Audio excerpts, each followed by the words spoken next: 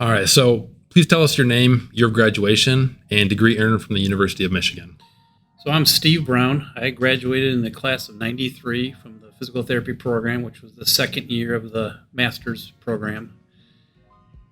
I'm kind of a career lifer, so I actually also have a BS in health education from Michigan in 1991 and a BS in exercise science in 1988. And I'm debatable, but I'm currently in the transitional DPT program starting this fall. Nice. Here. Super exciting. So why did you choose the University of Michigan for physical therapy? I basically grew up a true blue person, so I'm a fifth generation University of Michigan graduate. All my family and friends, I was kind of born and raised around here. Things nowadays kind of different. There wasn't as many PT schools or programs available. And kind of once I got into the program, I guess is like I found out from other schools that here we had a really general, well-rounded approach to kind of cover everything, where there's other schools that were very specific and very unique approaches, kind of cultish. And so I kind of like the generic, kind of get to learn a little bit about everything so that it can kind of decide how to go from there. Sounds like it was a pretty easy choice for you. Yes. So when you were in PT school, what was your favorite memory? Part of what I have to do is that when I was in school, our entire class was only 35 students. And then talking to some current students nowadays is that every one of us lived within about a 10-mile radius of here. So we were a really close-knit type of group. So some of the things that was like kind of stick out was that we actually had a physical therapy program baseball team that played in the Flint City League. Part of that is that our class was very unique, is that out of 35 students, 18 were male. So it's kind of a different ratios, that type of thing. So we also had like co-ed volleyball teams and things like that. We held a mock rock contest for the school as a fundraiser. But probably the best thing is, well, probably two best things is that we went out every night, or every Friday night, we went out bar hopping as a group. Like literally all 30 of us would go out and do things like that. So it was always a fun time like that. But we actually had class, I don't even know if this building exists anymore. It's called the Pier Street Annex. So it was like 3 classrooms in the entire building. And we stayed there. We stayed in our own classroom. The professors came and went. So we used to run nonstop euchre games, like play to 100, that you would be playing. And as soon as the professor walked in, he put the cards down. As soon as they left, he'd resume playing like that. So that always stuck out, is that our group was basically, we were there more to have fun than actually get too stressed out about the program. Like we used to play wiffle ball and breaks and stuff like that. And so it was just, and to this day, we're still keep in touch with majority of our class type of thing. So I think it was just, that was what sticks out. It was like a big family type of thing. That's awesome. Yeah, definitely having that family atmosphere is great, especially in PT school when it's so challenging all the time. Correct. So, what kind of PT were you interested in originally, and like when, or what are you working in now, I should say? Well, I came in sort of unique, is that my undergraduate degree from U of M Ann Arbor is I actually worked for the athletic department and was an athletic trainer there. So when I started the program, I was already an ATC. So I came in with a really big sports background, and actually I worked at University of Michigan Med Sport through PT school. So then that kind of led into is that after I graduated, I actually worked for a private practice for a few months locally. And then I got a position down in Monroe, Michigan, where my job was to be in the clinic from 7 until 2. And then I worked at the local high school from 2 until 7 at night. Basically took care of all the athletes for that sports team. So I was there and worked at that kind of position for about 8 years. And then when my children got older, to the point where they're like, playing sports, I then became a clinic director for that same organization, and kind of did more management and general orthopedics. Since then, I've worked at a couple chain private practices, and it was a good experience to kind of say what it was like. But I currently work at a small community hospital where I'm just a staff therapist. Kind of got tired of the management and responsibility. Also, I started out strictly sports had to learn because everyone likes sports, but there's only so many true sports medicine clinics. There's only so many true sports injuries, and that especially like aging population, if you want to stay busy, you got to be able to treat total joints and back pain and neck pain. So then I've evolved over the years. But now I'm vestibular certified and treat that. I'm concussion certified. I can actually do hand therapy. Kind of my I guess part of since school. It was I'm been blessed in a couple of positions or jobs where I could actually kind of do all kinds of continuing education. So I'm a PT. I'm a diplomaed McKenzie therapist. SCS, OCS, ATC. I'm a therapeutic pain specialist. CSCS. I got like certifications in like Grafton, kinesiotape, a whole bunch of other ones because the places I worked at would pay for it to let me do it. Nice. So I probably literally have the whole alphabet behind my name if I wanted to put them all down there, type of thing. So I kind of evolved over time as what I fit the needs, what I had to do, that type of thing. Kind of the jack of all trades. Yeah, I still have some specialties, some things, or some things like I don't think I've ever treated true neurological patients. Okay. I've only done inpatient acute care for when I was on my clinicals, type of thing. So, there's some things I haven't done at all, but kind of been out there to experience it and done it and kind of pick and choose what I want to now. Right. How did U of M help decide your specialties at all? Gave me the foundation to be able to understand and go into things. It was like kind of learned a little bit about everything. So like I said, kind of came into the background from sports and kind of learned from that, but then realized I had to grow and learn and how to do some other things. When I was in school, anything that had to do with neuro, I was like, oh, I don't want to do this. I don't want to take it. I don't want to do it. And then years later, I realized that, I need to the nervous system controls everything. So I actually have to kind of know these things. Right.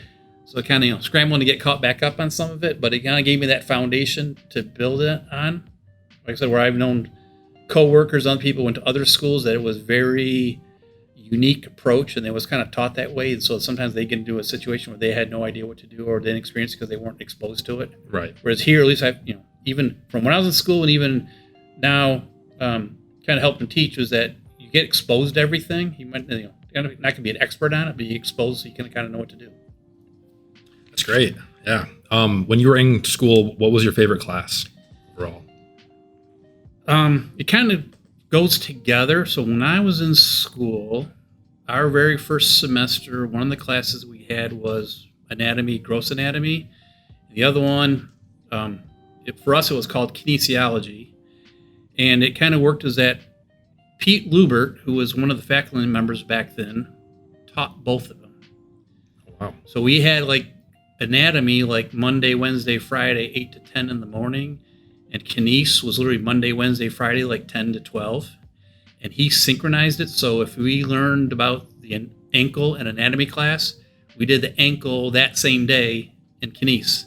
So you learned about like the anatomy and then how everything worked and went together, literally back to back. Everything was, and it was never got off track. So that part is like, because to this day I say is that if you understand the anatomy and how something works, you can figure out what's going on with the person. So that was kind of the favorite class and the favorite professor because he really challenged you. He was also the type that he had his PhD in anatomy, so you couldn't bullshit him. Right.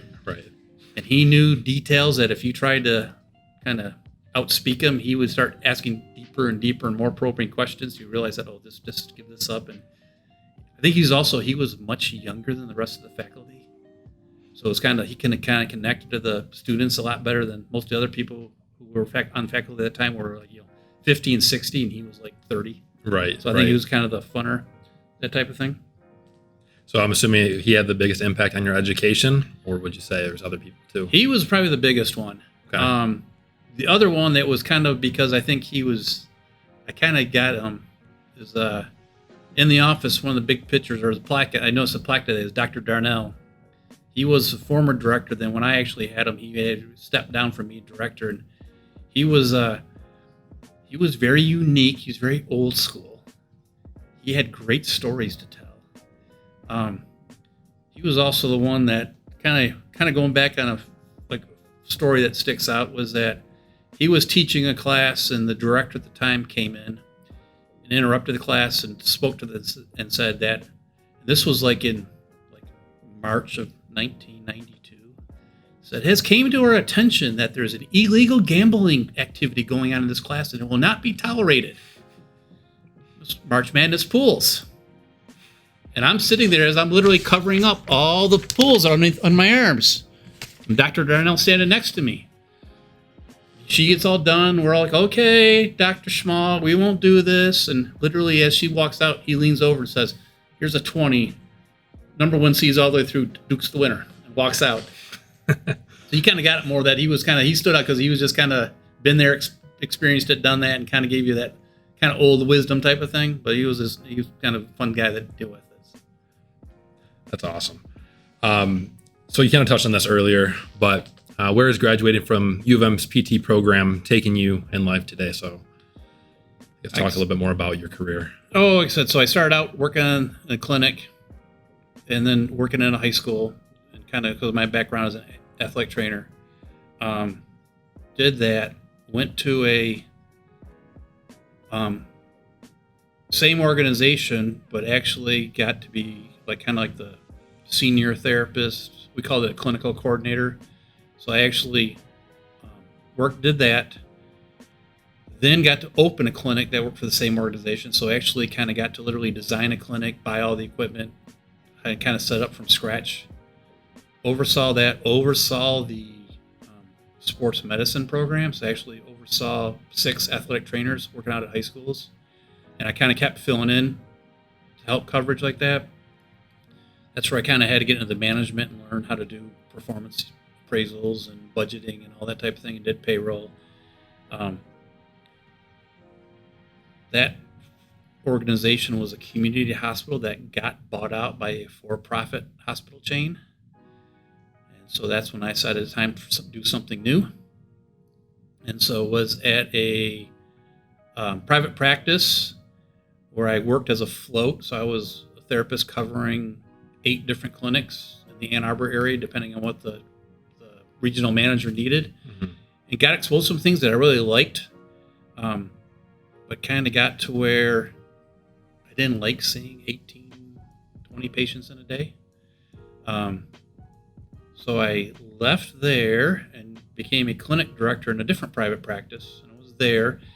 And kind of the same thing. It was new, different, learned some new things, some new ways of doing it. Kind of, some of it was eye-opening. Some of it was like, oh, that kind of makes sense on how to do this, and kind of learn from that.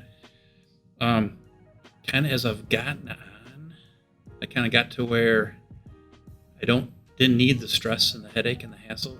Mm-hmm.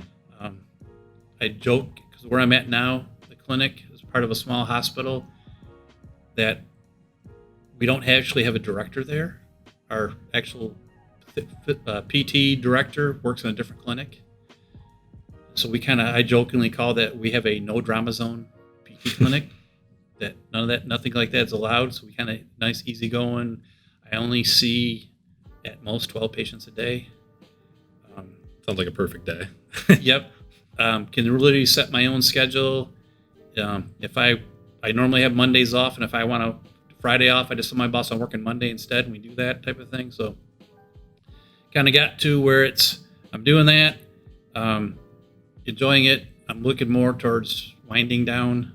I've been between some working as an athletic trainer for a few years and then PT school. I've been doing this for 32 years now. So kind of moving to the next phase of my career and things like that. Great. Yeah. That's awesome. Kind of switching topics a little bit.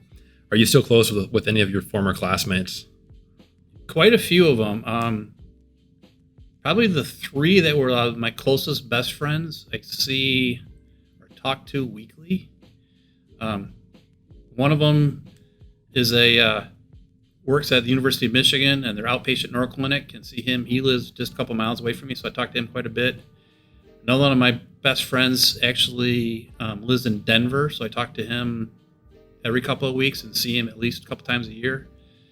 Another one is a clinic director in Ann Arbor, so I used to work for him for a little short time. So that I know our class scattered all over the country. So I know one of the other classmates is out in San Francisco. We know a couple in the Chicago area. So there's like 4 or 5 that I talk to fairly often, or at least see a couple times a year. The rest are scattered. Like, I'm not sure where they are. Yeah. To be honest. So I mean, the ones that were the closest to, we see quite a bit. Great. Then last question for you. When did you start teaching? I know you now do a little teaching too. So it started a year ago, 2021. Okay. I think I always wanted to do it. Wasn't sure how to get into it. And I just happened to see something. So I just kind of put the paperwork in and then got a phone call and started and helped out for a class a year ago this time. And I think I kind of lucked into then the next fall, the fall of 21. They needed help, so I kind of lucked into that, and then that's where I started to learn that kind of how things work and trying to keep doing it. It's been fun doing it. Yeah. I could see myself doing it a lot more. Some of the professors, I think they have to do a lot of the work where I kind of have I show up and help out and learn how to do stuff, and it's been some of the stuff is like good refresher. Like I remember learning it, but then when you have to actually go teach, it's like, oh, man, how do you do this again?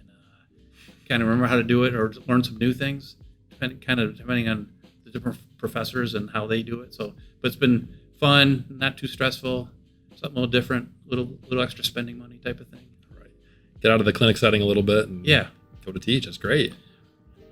So other than that, those are all the questions I have for you. So I appreciate your time. Thanks for coming. Welcome. Good luck with everything. Yeah. Appreciate it. Thank you very much. Of course.